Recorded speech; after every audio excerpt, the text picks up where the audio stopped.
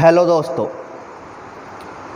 हमारे और अपने यूट्यूब चैनल लाइव क्लासेज में फिर से स्वागत करता हूं मैं मुकेश सर पॉलिटिकल साइंस के उसी चैप्टर यानी मौलिक अधिकारों के साथ। सभी को गुड इवनिंग, सभी को राम राम। जो कैंडिडेट इतनी देर से इंतज़ार कर रहे थे उनके लिए क्लास स्टार्ट हो रही है। किसकी बात कर रहे थे? भारतीय संविधान में मौलिक अधिकारों की बात कर रहे थे। और उस मौलिक अधिकारों में भी भारतीय संविधान में जितने भी मौलिक अधिकार दिए गए हैं, अरे यारो देखो भैया, कोई बात हो नहीं, गर्मी है ना, जाओ तो पैन है साई भला भला ही निकल रही है लॉकडाउन में। अरे देखो क्यों हो, पढ़ लिया करो नहीं ना, आज साई है ना, देख कत्ती खिंड है।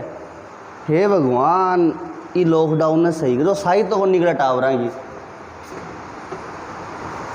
देखो क्या हुआ, क्योंकि हमेशा जो चीज़ काम में नहीं ली जाती है ना, वो मनोविज्ञान कहती है कि वो धीरे धीरे लुप्त हो जाती है। तो हर चीज़ को काम में लेना चाहिए ना। और वैसे तो आप भी समझदार हो। किसकी बात कर रहे थे? मौलिक अधिकारों में पहले मौलिक अधिकार की बात कर रहे थे। और हमारा पिछली क्लास में स्टार्ट था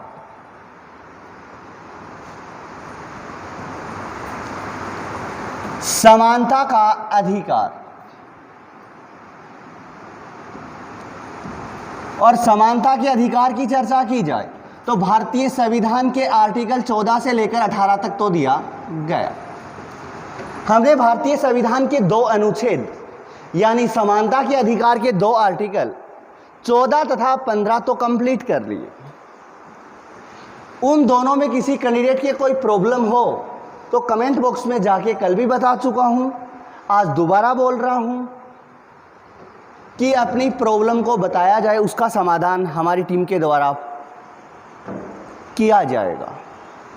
यदि बात की जाए अगले अनुच्छेद की तो भारतीय संविधान का अगला अनुच्छेद आचार, और उस अनुच्छेद का नाम होता है भारतीय संविधान का अनुच्छेद 16।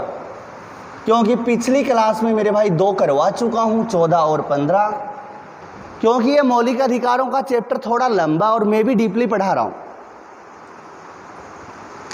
जो कैंडिडेट आज पहली बार क्लास देख रहा है उसके लिए आवश्यक है कि कल वाली क्लास भी देखी जाए समानता के अधिकार के लिए, क्योंकि दो आर्टिकल उसमें मैंने पूरे करवा दिए। यदि बात की जाए अनुच्छेद 16 की तो भारतीय संविधान के अनुच्छेद 16 में दिया गया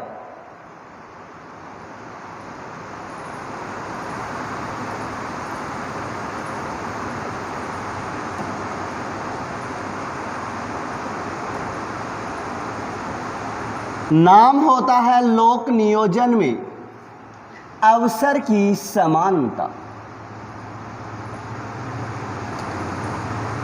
संविधान का आर्टिकल 16 कहता कि लोक नियोजन में अवसर की समानता होगी भारत के प्रत्येक कैंडिडेट को। और मेरे भाई इस अनुच्छेद में थोड़ी मिस्टेक कर दी।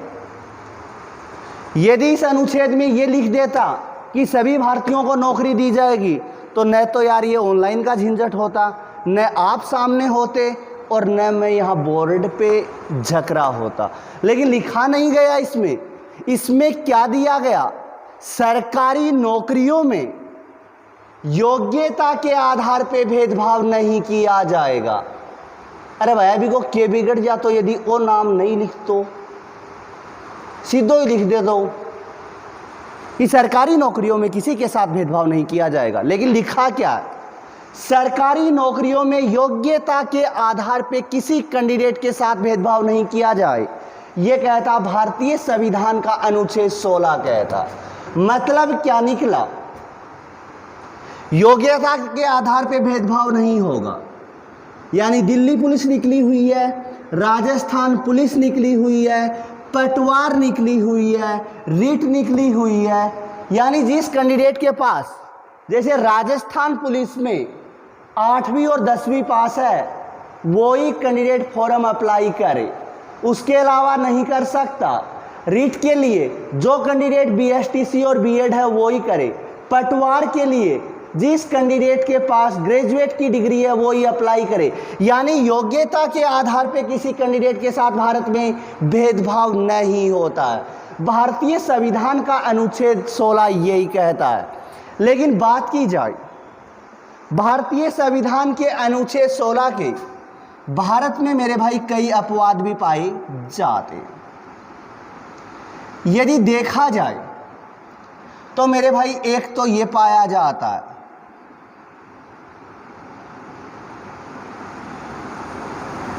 नाम होता है क्रीमिलियर, एक पाया जाता मेरे भाई आरक्षण पाया जाता है, और एक और लिख देता हूं नाम होता है बैकलॉग।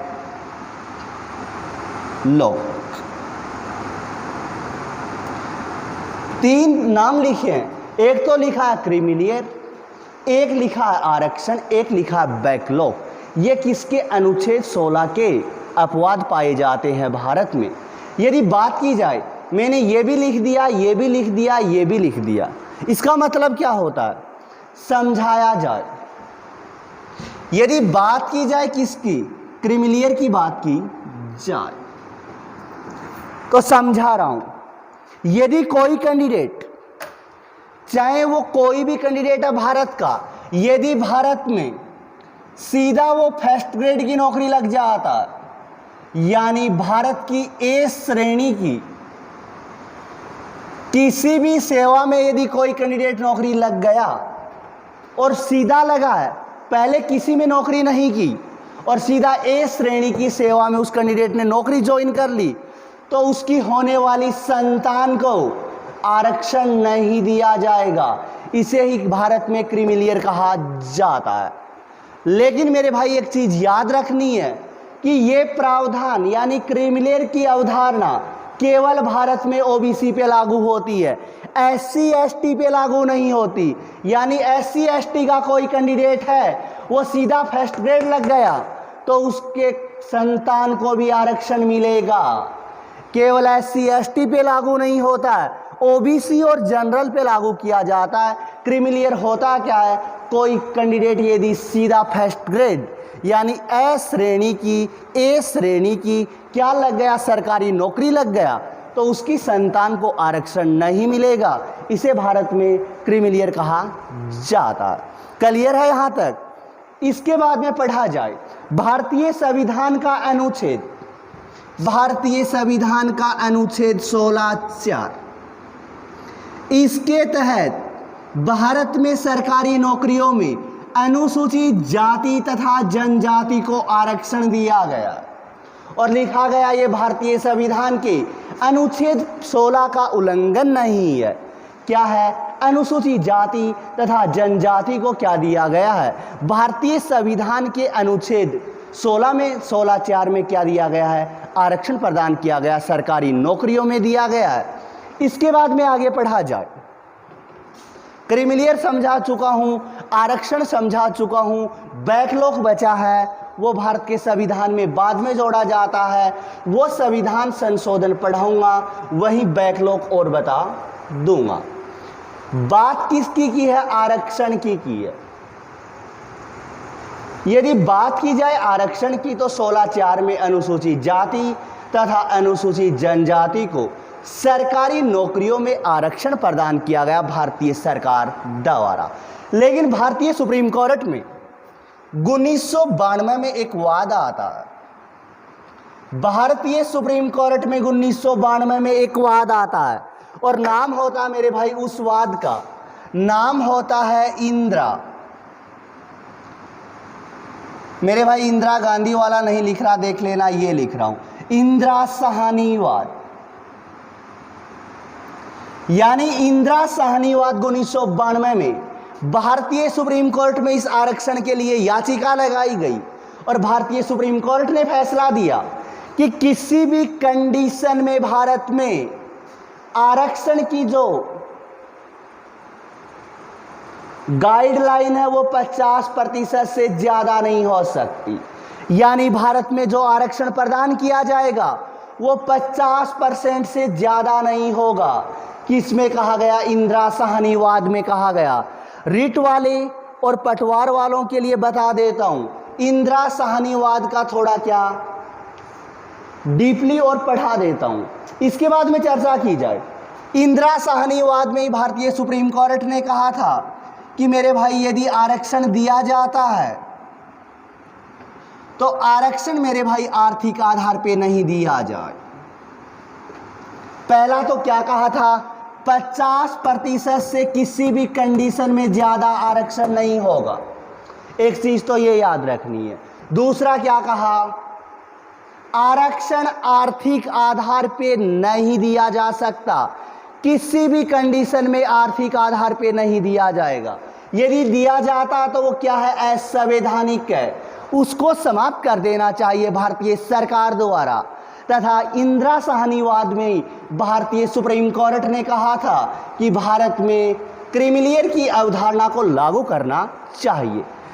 3 बताए हैं, 50% से ज़्यादा नहीं होगा, आरक्षण आर्थिक आधार पे नहीं दिया जाएगा और क्रीमिलियर की अवधारणा को भारत में क्या किया जाए? लागू किया जाए। बात कब की है? 1992 की। ये इंदिरा साहनीवाद सबसे ज्यादा विवादित क्यों रहा था? बात कब की है? 1992 की। और इससे पहले भारतीय प्रधानमंत्री था और नाम क्या था उसका? नाम होता है पीवी नरसिम्हा राव। पीवी नरसिम्हा राव ने किया क्या? आर्थिक आधार पे मेरे भाई भारत में आरक्षण का प्रावधान कर दिया। यानी पीवी नरसिम्हा राव सरकार ने सर्वप्रथम भारत में आर्थिक आधार पे आरक्षण दिया था। और पीवी नरसिम्हा राव ने सर्वप्रथम दिया था, वो दिया था मेरे भाई 10% आरक्षण दिया था। और वर्तमान में वही आरक्षण किसने दिया? नरेंद्र मोदी सरकार ने दिया। पीवी नरसिम्हा राव ने क्या किया? जो श्रवण जातियां हैं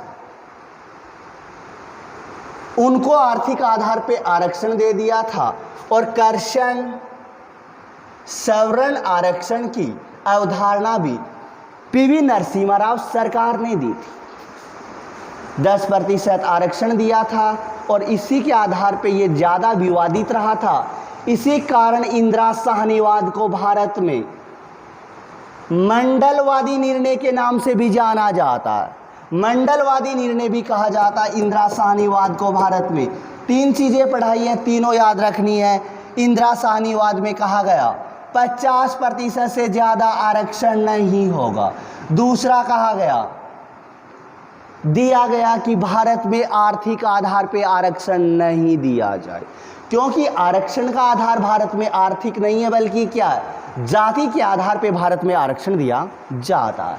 और तीसरा कहा भारत में क्रीमिलियर की अवधारणा लागू होनी चाहिए। क्या पढ़ा रहा हूँ? अपवाद पढ़ा रहा हूँ। और एक चीज़ ये याद रखनी है, भारत में कर्षण सवर्ण आरक्षण की अवधारणा का संबंध किससे है? पीवी नरसिम्हा राव सरकार से होता है। अभी अभी क्या पढ़ रहे हैं? अनुच्छेद 16(4) में SC ST को आरक्षण दिया गया सरकारी नौकरियों में। और इंदिरा साहनीवाद में इस आरक्षण के ऊपर बहस हुई थी 1992 में। और इंदिरा साहनीवाद में भारतीय सुप्रीम कोर्ट ने जो महत्वपूर्ण निर्णय दिया था वो मेरे भाई रिट वाले पटवार वाले दोनों याद रखें। इसके बाद में चर्चा की जाए, इसके बाद में चर्चा की जाए भारतीय संविधान में एक संशोधन किया जाता।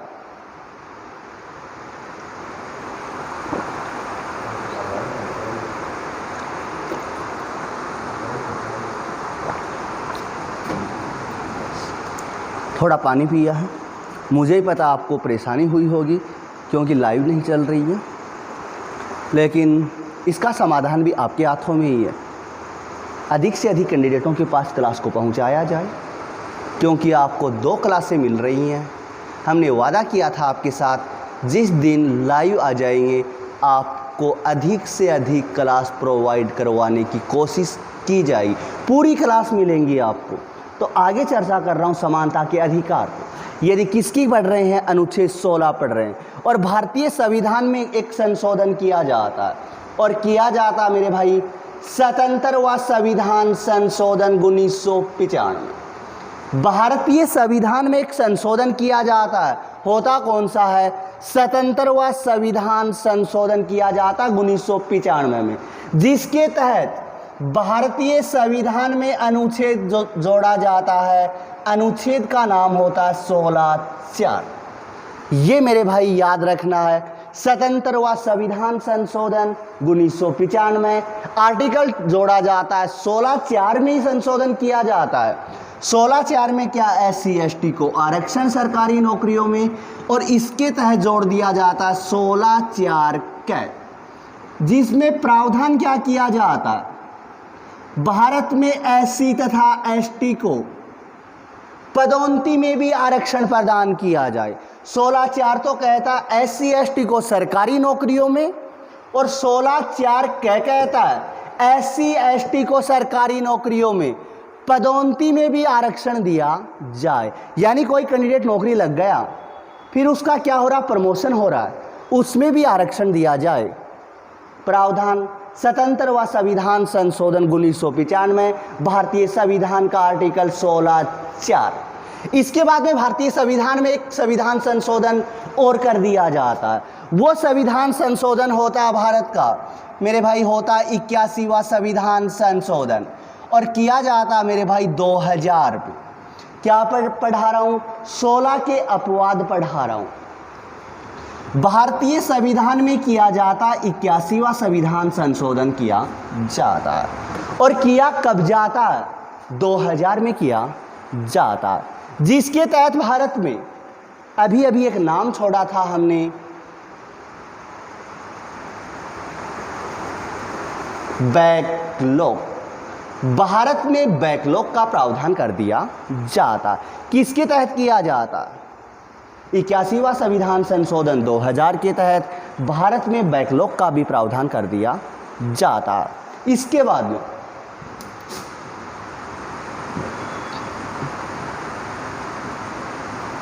ये तो समझा चुका हूं, क्रीमिलियर तो समझ लिया। क्या लिखा है? भारत में SC तथा ST पे लागू नहीं होता है। और यहां क्या याद रखना है? बैकलॉग केवल SC तथा ST पे लागू होता, औरों पे लागू नहीं होता।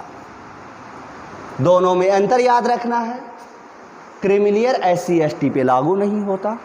होता क्या है? कोई कैंडिडेट सीधा फर्स्ट ग्रेड लगता है, उसकी संतान को आरक्षण नहीं दिया जाए। ये क्या लिखा? बैकलॉग केवल SC ST पे लागू होता है, औरों पे लागू नहीं होता। थोड़ी इसी बात को समझा देता हूं कि कई कैंडिडेटों को नहीं पता बैकलॉग क्या होता है। यदि बात की जाए बैकलॉग की, तो मेरे भाई चर्चा की जाए वर्तमान में ज़्यादा हो हल्ला पटवार राजस्थान पुलिस रिट का है, तो मैं मेरे भाई राजस्थान पुलिस के लिए समझा देता हूं। क्या समझा रहा हूं? बैकलॉग समझा रहा हूं। वैकेंसी कब आई है? 2020 में राजस्थान पुलिस ने कैलेंडर जारी किया, कर दिया गया राजस्थान पुलिस द्वारा कैलेंडर जारी। दो समझा रहा हूं। यदि सपोज किया जाए राजस्थान का जिला एक तो जयपुर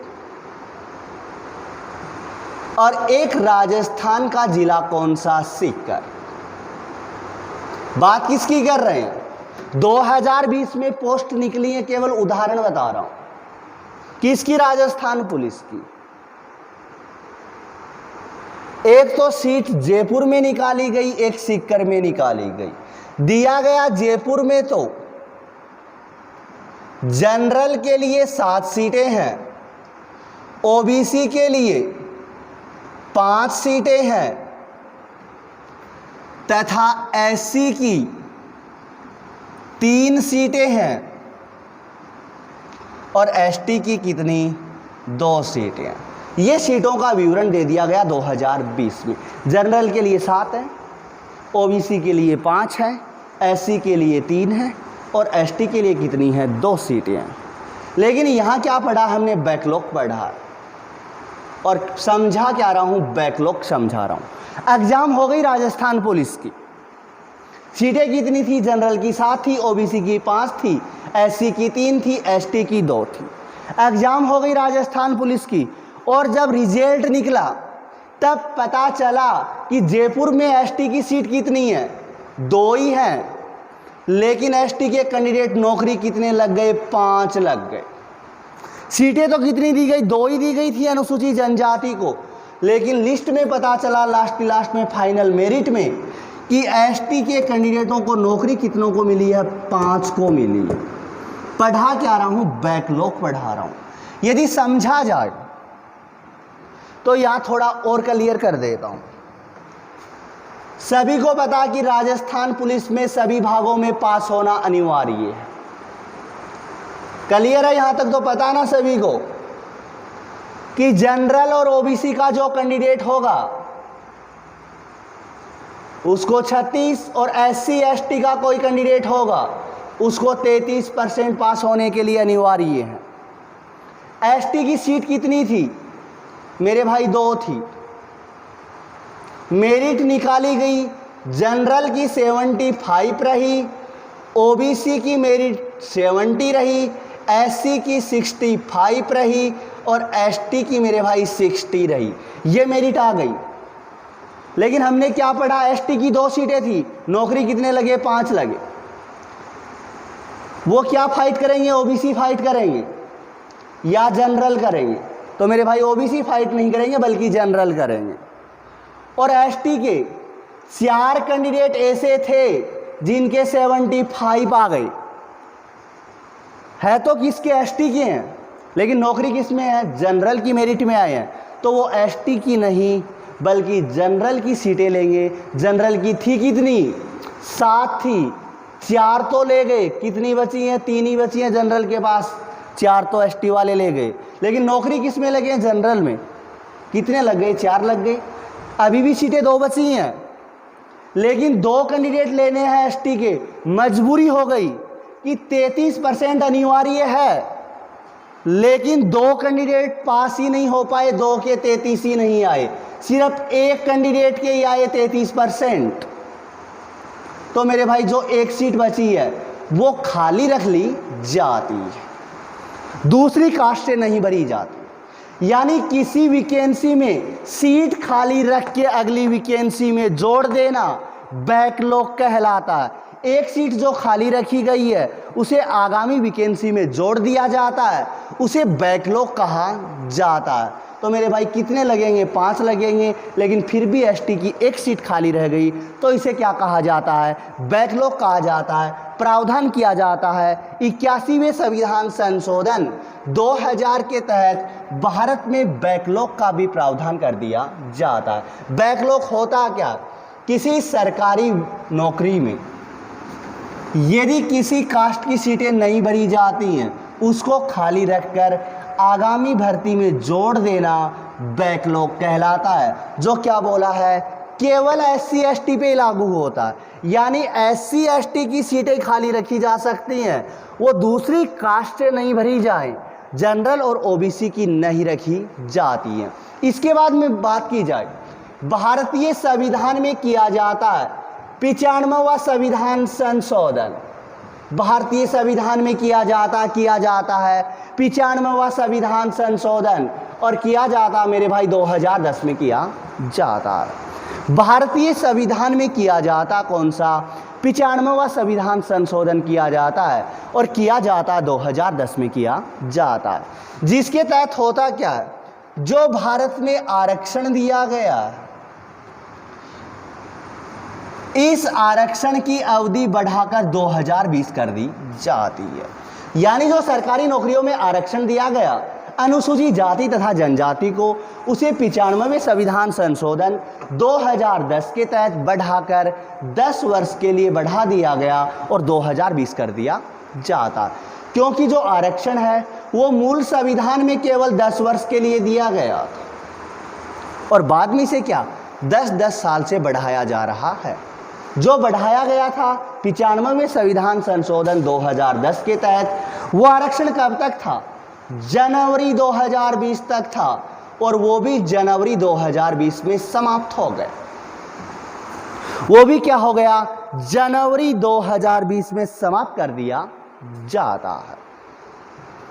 तब भारतीय सरकार यानी नरेंद्र मोदी सरकार ने भारतीय संसद में रखा 126वां संविधान संशोधन विधेयक 2019। भारतीय संसद में रखा गया 126वां संविधान संशोधन विधेयक 2019 और संसद ने पारित किया 104वां संविधान संशोधन 2020। संविधान संशोधन विधेयक कौन सा था? 126वां संविधान संशोधन विधेयक था। लेकिन भारत का संविधान संशोधन कौन सा था? 104वां संविधान संशोधन था जो 2020 में हुआ। किया क्या गया?